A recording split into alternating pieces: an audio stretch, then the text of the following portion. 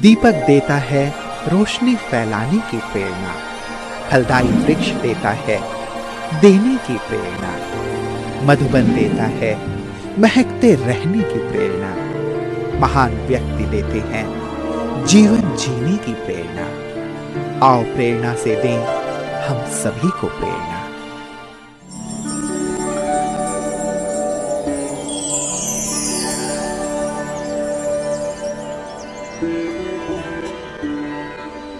भारत के पश्चिमी समुद्री तट पर बसा सुंदर पर्यटक स्थल गेटवे ऑफ इंडिया कहा जाने वाला मुंबई शहर महाराष्ट्र की राजधानी है एवं फिल्म जगत की बॉलीवुड नगरी भी है। चेंबूर मुंबई के संसदीय क्षेत्र में स्थित भारत के सबसे बड़े उपनगरों में से एक है। चेंबूर नाम मराठी भाषा के चिंबोर शब्द से लिया गया है, जिसका अर्थ है बड़े केकड़े। चेंबूर मुंबई ब्रह्मा कुमारी सेवा केंद्र की मुख्य संचालिका के रूप में आदरणीय सरला दीदी जी निमित्त है।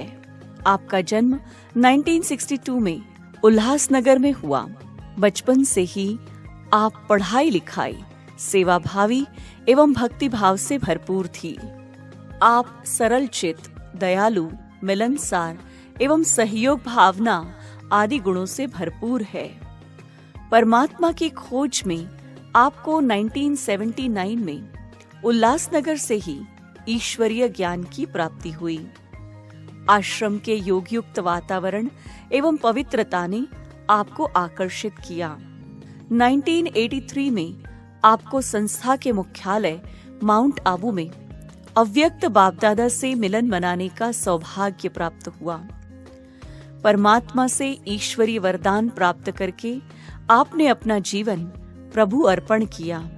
1986 से जयपुर, घाटकोपर, अंबरनाथ, डोंबिवली, धूलिया आदि स्थानों में सेवाएं देते हुए 1998 से चेंबूर में ही स्थायी रूप से आप अपनी सेवाएं दे रही है। समाज में ईश्वरीय संदेश देते हुए आपने अनेक कार्यक्रमों का सफल आयोजन किया। वर्तमान समय दीदी जी के नेतृत्व में एक सेवा केंद्र, 4 गीता पाठशालाओं में 200 से अधिक विद्यार्थी नियमित राजयोग का अभ्यास कर रहे हैं।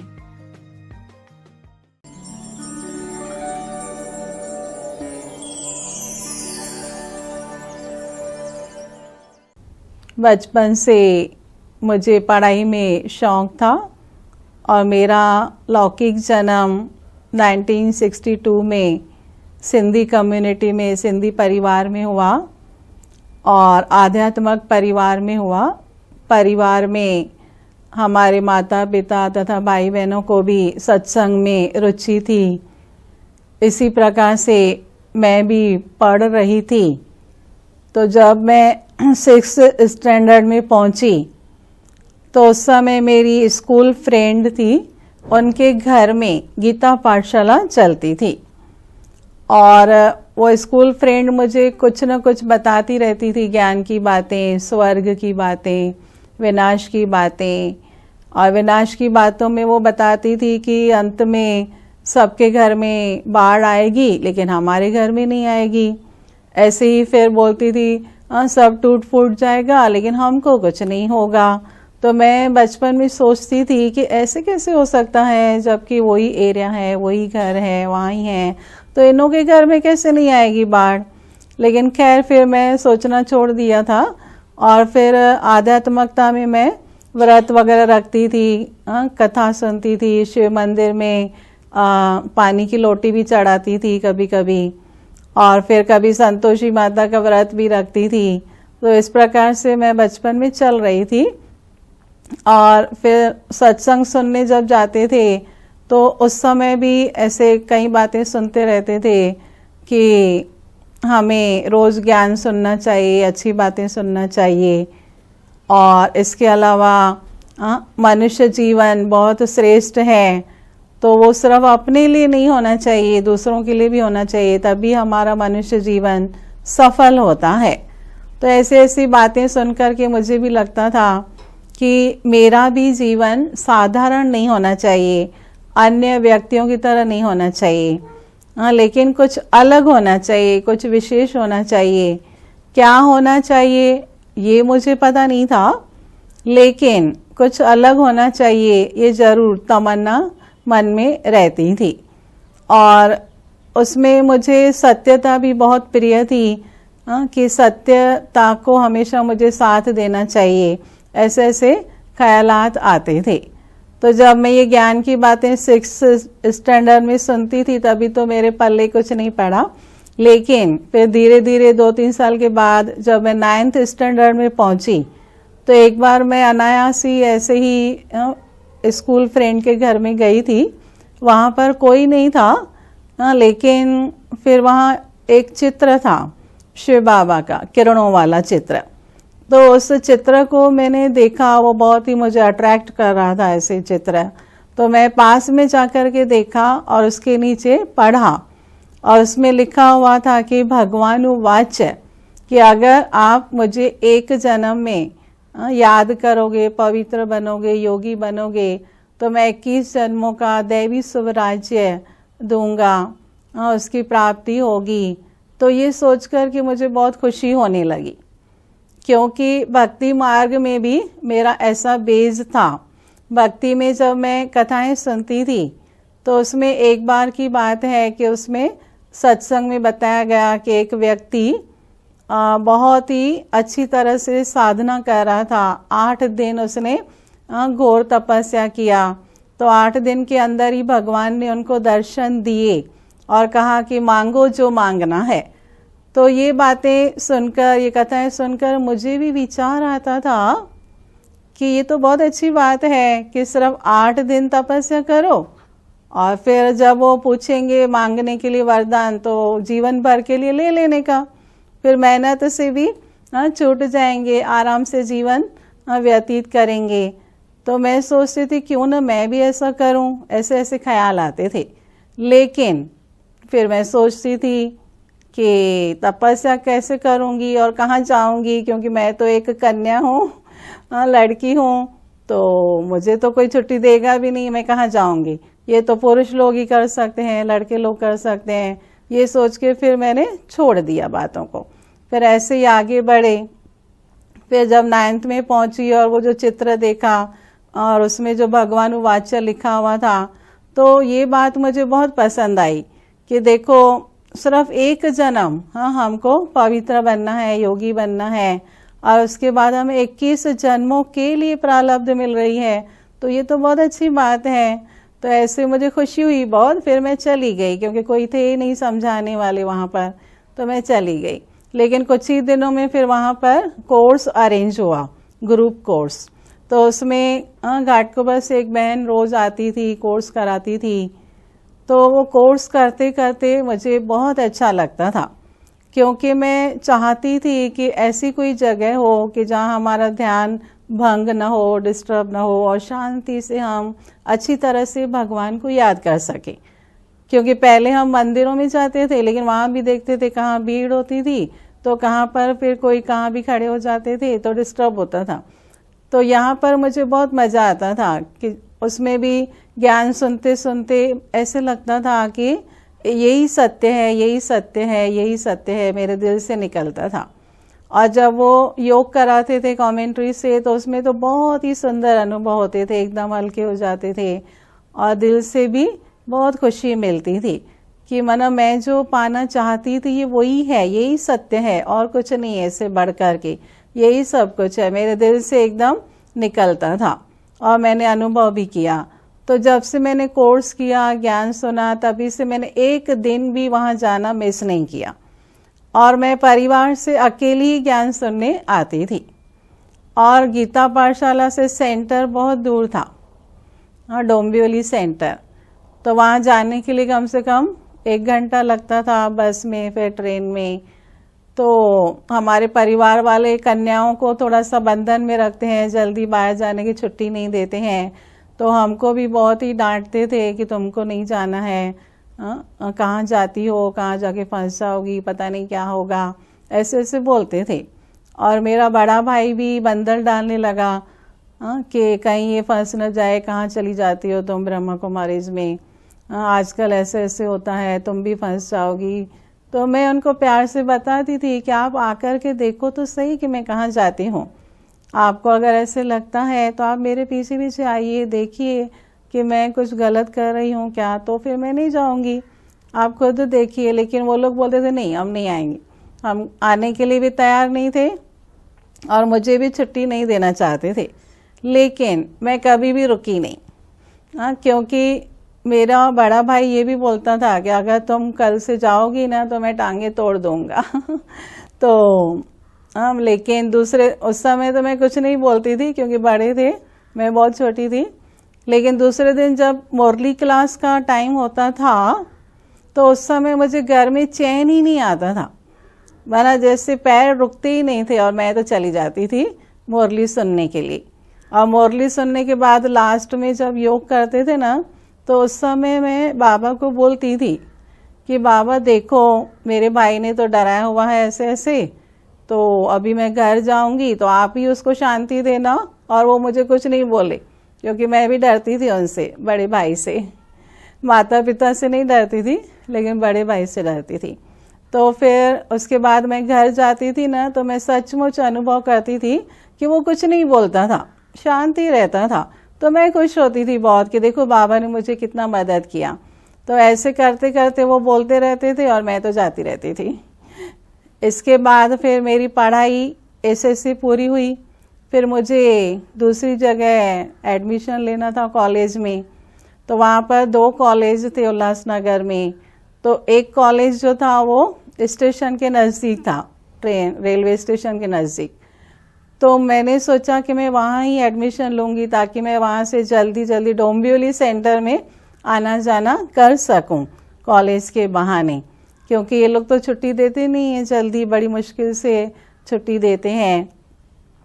तो मैंने फिर वो कॉलेज ज्वाइन किया जानबूझ के ताकि मैं वहाँ से जा सकूँ। फिर इस बीच में थोड़े समय में ही फिर मेरी लौकिक में मामी और उनका बेटा और बहू इन तीनों ने भी कोर्स किया।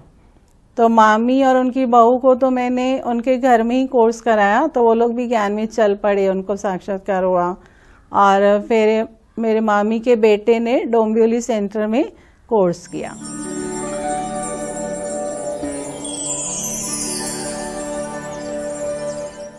अब मेरी पढ़ाई पूरी हो चुकी थी, बीकॉम कर लिया और उसके पश्चात फिर से मैंने माता पिता को कहा, परिवार वालों को कहा कि अभी मुझे छुट्टी दीजिए और मैं आश्रम में रह कर के सेवा करना चाहती हूँ, बाकी का जीवन सेवा में व्यतीत करना चाहती हूँ। तो वो लोग बहुत ही गुस्सा होते थे, बोलते थे ऐसे कैसे आश्रम में तुम रहोगी, कोई है नहीं क्या तुम्हारा जो तुम आश्रम में रहोगी। तो मैंने कहा कि बहुत सारी बहनें रहती हैं वहाँ पर और सेवाएं करती हैं, क्योंकि हमको शादी तो नहीं करना है, हमको यहाँ ही भगवान से शादी करना है और ये सेवा करनी है। क्योंकि वो लोग ज्ञान में नहीं थे तो उनको इस प्रकार की भाषा में समझाना पड़ता था, फिर भी वो लोग छुट्टी देना नहीं चाहते थे। फिर कहा कि तुम अपने पाँव पर खड़ी रहो, तो थोड़ा कमाना शुरू करो, फिर तुमको हम छुट्टी दे देंगे। मैंने कहा अच्छा ठीक है, ये भी ट्राई करते हैं। तो फिर मैंने 3 महीना नौकरी भी किया, जॉब किया एक जगह। तो फिर मैंने बोला मैं अभी माउंट आबू जाना चाहती हूँ और वहाँ पर 8 दिन के लिए दूसरे लोग भी जा रहे हैं, तो उसके लिए तो छुट्टी मिल गई। लेकिन इस बार मैंने क्या सोचा कि अभी है ना, मैं जाऊँगी ना तो जल्दी वापस आऊँगी ही नहीं मधुबन से, और दूर है बहुत, तो ये लोग थोड़ी ना वहाँ लेने आएंगे मुझे जल्दी। तो ऐसा सोच के मैं गई थी और वहाँ पर बाबा से मिलन मनाया और फिर सेवा में रुक गई 1 महीने के लिए। बल्कि मैंने तो सोचा 2-3 महीना रह जाऊंगी, लेकिन परिवार वालों को नहीं बताया था कि मैं वहाँ 2-3 महीने के लिए रहूँ या सेवा करूँ, क्योंकि वो लोग तो छुट्टी देंगे ही नहीं। और वहाँ मधुबन में मैंने बोला कि मैं 1 महीना या 2 महीना रहूँगी सेवा में।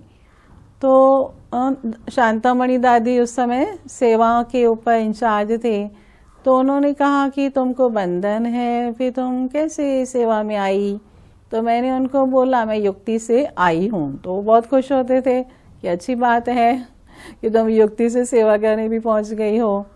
तो मैं फिर सेवा कर रही थी मधुबन में। शुरुआत मेरी सेवा की मधुबन से हुई तो मधुबन यज्ञ में सेवा किया और वहाँ पर मुझे दादियों की भी काफ़ी अच्छी पालना मिली, बड़े भाइयों की, उनके अनुभव, क्योंकि हम कन्याएं ग्रुप था सेवा में, 7-8 कन्याएं थी। तो हम सभी कभी दादी के, प्रकाशमणि दादी के पास चले जाते थे, कभी चंद्रमणि दादी के पास चले जाते थे, और हम जानकी दादी जी के पास चले जाते थे। तो उस समय वो लोग कोई रोकते नहीं थे और ही खुश होते थे कि सब कन्याएं हैं, आओ आओ आओ, और बिठाते थे हमको, और फिर ज्ञान भी सुनाते थे और टोली भी खिलाते थे। फिर कभी कभी प्रश्नोत्तर भी हम करते थे। तो इस प्रकार से मधुबन में मैं थोड़ा समय सेवा किया और बहुत अच्छा लगता था। और मुझे तो ऐसे दिल होती थी कि मैं मधुबन निवासी ही बन जाऊं, मैं मधुबन में ही रहूं। लेकिन अब परिवार से तो छुट्टी थी ही नहीं, तो कैसे होगा, ये सोच के फिर छोड़ देती थी। तो थोड़ा समय सेवा किया। फिर मुझे रतन मोहिनी दादी ने कहा कि वैसे भी तुम 1-2 महीने के लिए आई हो, तो तुम ऐसे करो, 1 महीना तुम जयपुर सेंटर में जाओ और वहाँ सेवा करो। तो मैंने कहा ठीक है, अच्छी बात है। तो मैं और एक मेरी सहेली, हम दोनों ही ज्ञान में चल रहे थे, तो दोनों ही सेवा में भी आए हुए थे। तो हम दोनों को रतन मुनि दादी ने वहाँ पर भेजा सेवा के लिए। तो वहाँ पर 1 महीना हो गया। फिर मेरे परिवार से, मेरे घर से टेलीग्राम आया सीधा। अब मुझे तो पता था कि रियल में नहीं होगा, इन्होंने ऐसे ही टेलीग्राम किया है कि पिताजी बीमार है, सीरियस है, आप जल्दी आओ। तो मैं समझ तो रही थी कि ये लोग झूठ बोल रहे हैं मुझे बुलाने के लिए, लेकिन अब बहनों ने बोला अब जाना तो पड़ेगा, क्योंकि वो लोग ज्ञान में नहीं हैं, फिर छुट्टी भी नहीं मिली थी आपको। तो थोड़ा मैं अंदर से डरती भी थी, पता नहीं क्या क्या करेंगे वो लोग, क्या बोलेंगे। मारते तो नहीं थे, क्योंकि हमारे परिवार में कन्याओं के ऊपर हाथ नहीं उठाते हैं, लेकिन बोलेंगे, डांटेंगे, खाली इतना ही थोड़ा डरती थी। लेकिन फिर मधुबन में मैंने बताया तो कईयों ने बोला कुछ नहीं होगा, बाबा आप योनों को शांत करेगा। और पूरा ट्रेन में योग भी लगा रही थी मैं कि बाबा वो लोग मुझे कुछ बोले नहीं, शांत रहे, ऐसे ऐसे करके। फिर मैं घर में गई तो मैंने तो सोचा बहुत डांटेंगे, लेकिन उल्टा ही हुआ। वो मुझे देख करके बहुत खुश हो गए कि कम से कम वापस तो आ गई। नहीं तो उन्होंने सोचा था, और कईयों ने उनको बोला था कि अभी तो आपकी बेटी गई, अभी तो वापस आएगी ही नहीं, ऐसे ऐसे डर रहे थे वो लोग। तो जब देखा कि तो आ गई है तो खुश हो गए। अब आ गई घर में, थोड़ा दिन रही, फिर मैं दूसरी बार मधुबन में गई सेवा करने के लिए।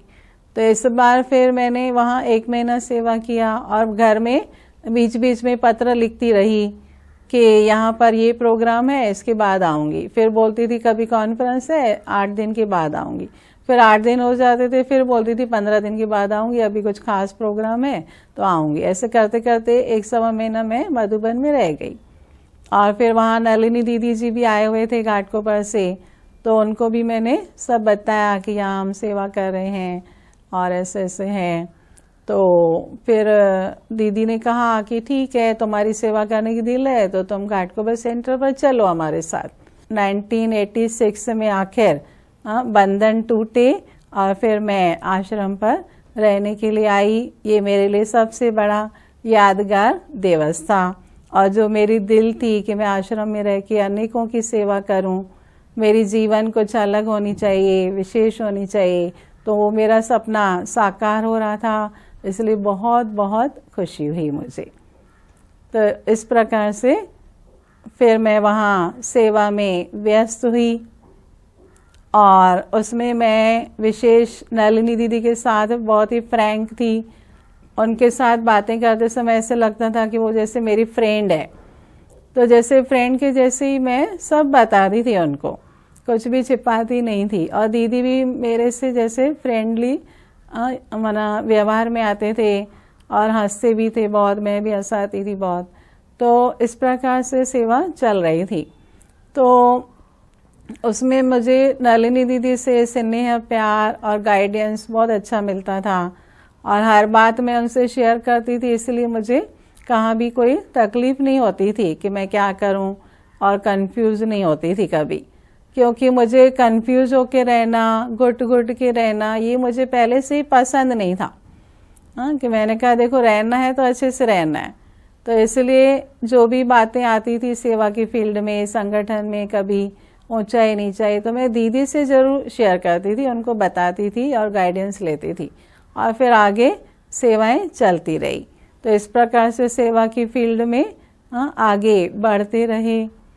ब्राह्मण जीवन में विशेष अमृत वेले पर मेरा विशेष अटेंशन रहता है कि अमृत वेले अगर योग किया तो सारा दिन वो एनर्जी रहेगी, और वो टाइम भी सतो प्रधान है। इसके साथ साथ मुरली सुनाना और मुरली पर विचार सागर मंथन करना और लिखना, और विशेष योग पर मेरा अटेंशन रहता है कि योग जितना ज़्यादा होगा तो उतना ही हम आगे बढ़ सकते हैं, शक्तिशाली बन सकते हैं। योग से ही विघ्न विनाश होते हैं। तो ये विशेष ध्यान पर बातें रहती है। वर्तमान समय में मैं विशेष ये ध्यान रखती हूँ कि हम बहुत ही अच्छी तरह से अपने आप को संपूर्ण बनाएं, ब्रह्मा बाप के समान बने, और उसके लिए विशेष जो योग करते हैं वो क्वालिटी वाला योग हो और हमारे संकल्प श्रेष्ठ हो, हर एक के लिए शुभ भावना और शुभकामना हो, ये विशेष ध्यान रहता है। किसी को हमसे दुख न मिले, किसी के साथ हमारा हिसाब किताब न बने, बल्कि हम योग से विकर्म विनाश करें और जल्दी से जल्दी संपूर्ण बने, फरिश्ता स्वरूप बने, और स्वावस्था में रहकर हम अनेकों की सेवा कर सकें। ये विशेष वर्तमान समय का पुरुषार्थ है। अंतिम समय के लिए मैं ये सोचती हूँ कि अंत में कोर्स कराने की, ज्ञान सुनाने की सेवा तो नहीं होगी, लेकिन वाइब्रेशंस के द्वारा हम सेवा कर पाएंगे। तो इसलिए अभी से ही मैं कई बातों में योग का प्रयोग करती हूँ। कई बातें आती हैं, कभी कभी विघ्न आते हैं, तो विशेष हम योग के प्रयोग करके उसको ठीक करते हैं और बाबा को हमेशा साथ रखते हैं। बाबा की छत्र छाया में है हम, सदा ये महसूस होता है। तो ऐसे ही अंत में भी हम दूसरों के लिए सहारा बन सकें, दूसरों को हम सुख, शांति, शक्ति, खुशी दे सकें। तो इसके लिए अपने आप को शक्तिशाली बनाने का पुरुषार्थ पर अटेंशन रहता है। तो हम सभी के लिए यही कहना चाहेंगे, ब्राह्मणों के लिए, कि ब्राह्मण जीवन सबसे उत्तम जीवन है। तो हमें इसमें हमेशा सोच को भी उत्तम बनाना है और हमेशा विशाल दिल बनाए रखना है, क्योंकि हम सभी एक बाबा की सेवा कर रहे हैं। सभी उसी सेवा में ही लगे हुए हैं और हम सभी का एक ही लक्ष्य है कि हम बाबा को प्रत्यक्ष करें। तो इसलिए सभी हदों से पार, बंधनों से पार होकर के हम सभी एक होकर के, एक की श्रीमत पर चल कर के बाबा को जल्दी से जल्दी प्रत्यक्ष करें। और उसके लिए हमें अपनी चलन पर और व्यवहार पर भी ध्यान देना अति आवश्यक है, और बाप समान गुणवान बनकर, संपूर्ण बनकर, साक्षात्कार मूर्त बनकर हम दूसरों को साक्षात्कार कराएं, ताकि जल्दी से जल्दी बाबा की प्रत्यक्षता हो। बाबा हम बच्चों को हर समय आगे रखता है, तो हमारा भी फर्ज है कि हम जल्दी से जल्दी हमेशा बाबा को आगे रखें और प्रत्यक्ष करें।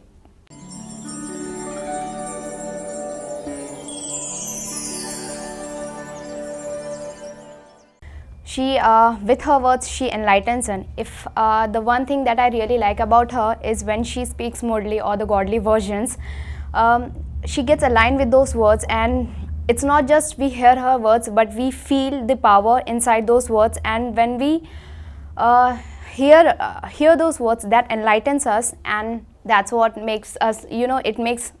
I have a thought inside my mind that let this Murli never end, and she speaks continuously, and we listen to her forever.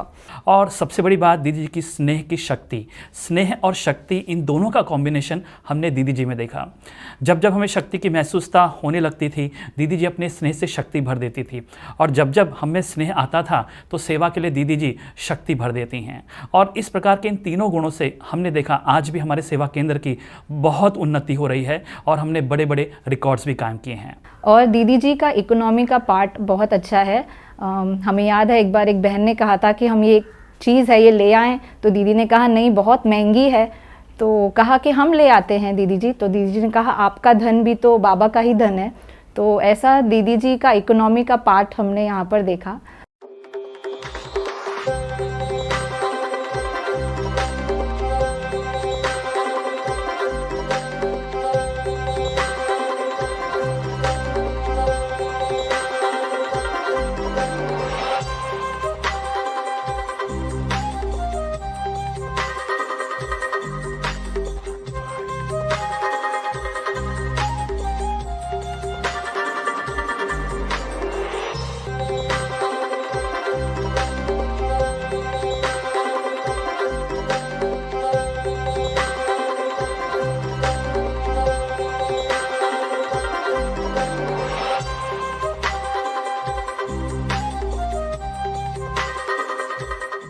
जब जब हम उनके कांटेक्ट में आते हैं तो उन्हें देखकर हमें बाबा याद आते हैं। तो मैं समझती हूँ कि दीदी जी हमारे सेंटर के लिए एक रोल मॉडल है।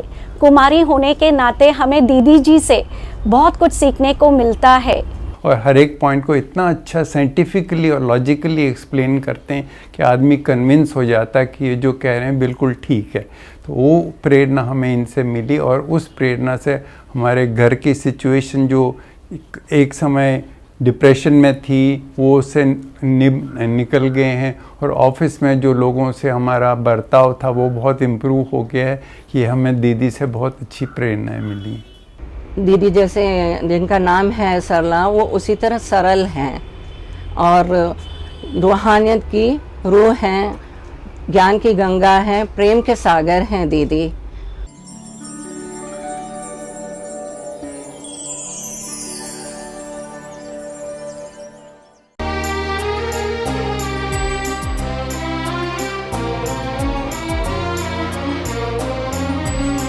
शांति का स्वर्णिम सवेरा आ रहा, शांति का स्वर्णिम सवेरा आ रहा।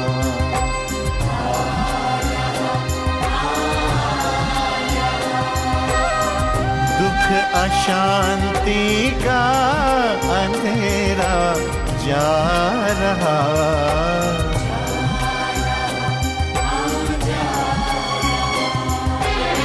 शांति का स्वर्णिम सवेरा आ रहा।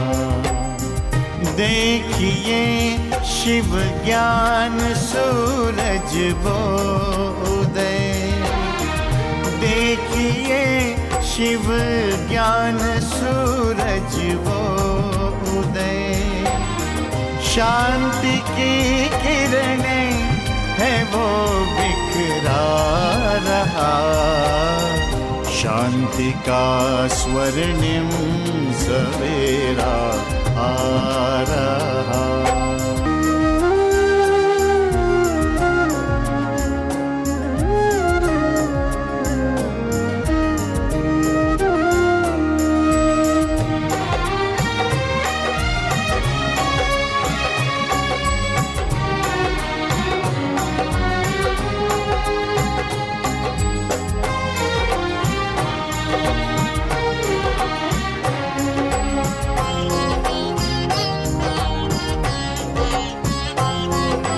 जाग उठी भारत की ये सन्नारियाँ,